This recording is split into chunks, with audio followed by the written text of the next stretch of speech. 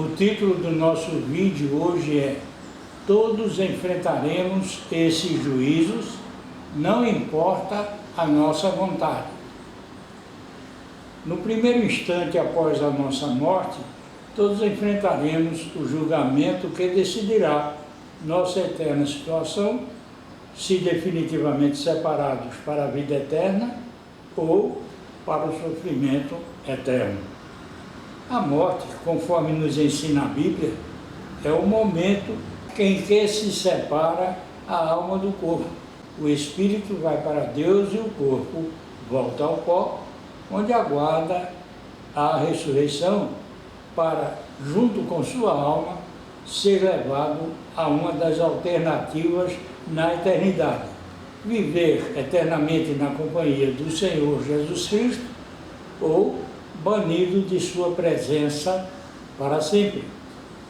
Nesta situação, o Espírito já sabe que realidade tem diante de si, pois estará no Hades, uma sala de espera para o seu destino de total e eterno sofrimento, ou para o seio de Abraão, uma sala de espera para o seu destino de total e eterno sofrimento, ou para o seio de Abraão, figuração do lugar de descanso no paraíso, aguardando a ressurreição do seu corpo no fim dos tempos.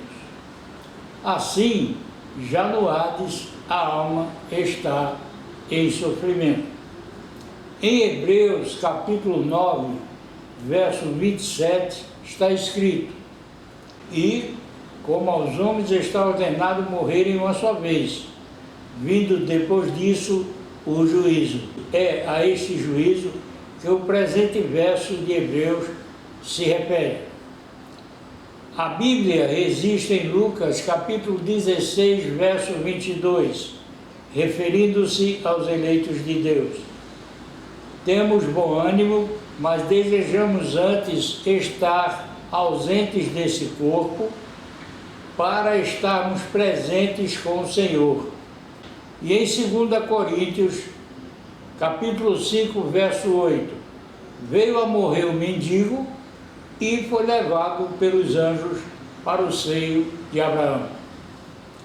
Em Lucas, capítulo 16, versos 22b a 23a, referindo-se aos perdidos, diz a Bíblia: morreu também o rico e foi sepultado.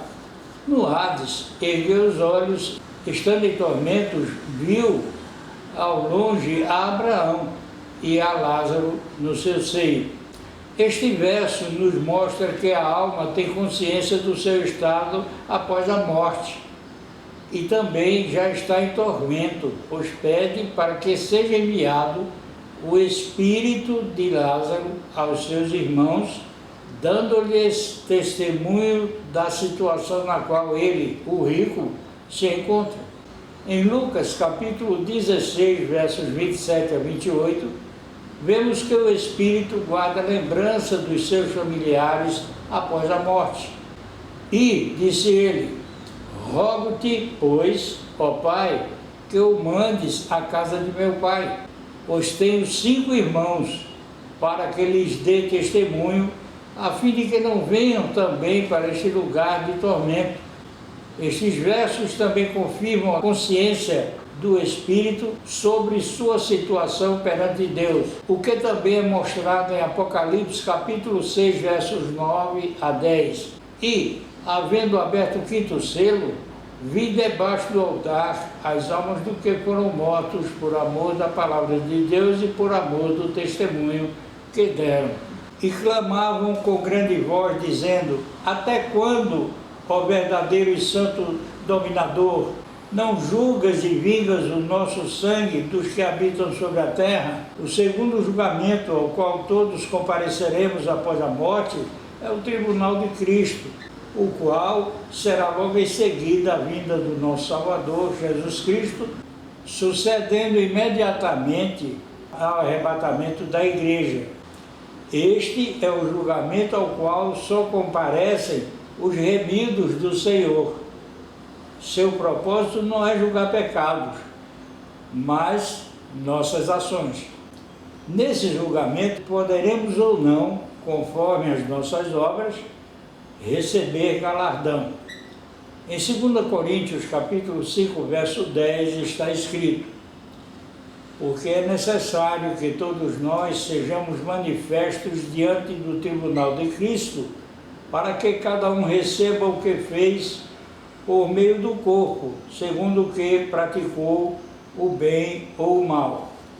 E em 1 Coríntios capítulo 3, versos 13 a 15, lemos: a obra de cada um se manifestará, pois aquele dia a demonstrará, porque será revelada no fogo, e o fogo provará qual seja a obra de cada um.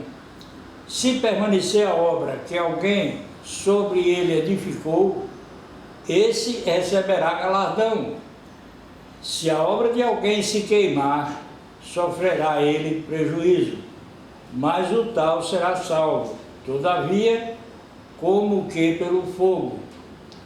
Nesse julgamento será decidido se e qual galardão receberemos. Em Efésios capítulo 2, versos 8 a 9, a Bíblia nos diz que a nossa salvação é um dom, se não vejamos, porque pela graça sois salvos por meio da fé, e isto não vem de vós, é dom de Deus. Não vem de obras para que ninguém se glorie, mas em 2 Timóteo capítulo 4, verso 8 está registrado: desde agora a coroa da justiça me está guardada, não somente a mim, mas também a todos os que amarem a sua vinda.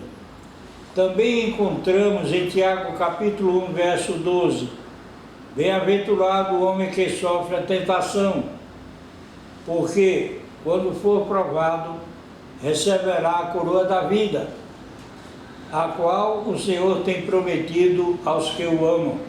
Finalmente, em Apocalipse capítulo 3, verso 11, lemos: que venho sem demora, guarda o que tens, para que ninguém tome a tua coroa.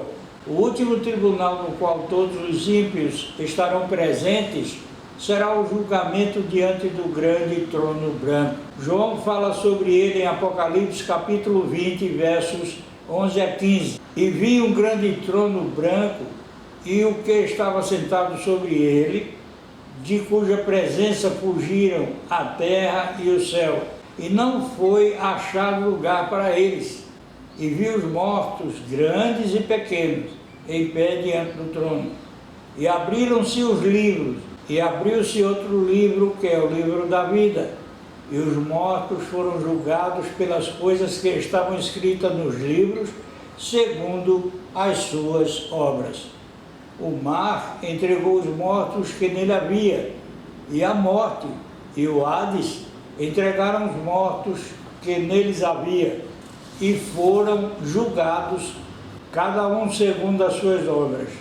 E a morte e o Hades foram lançados no lago de fogo.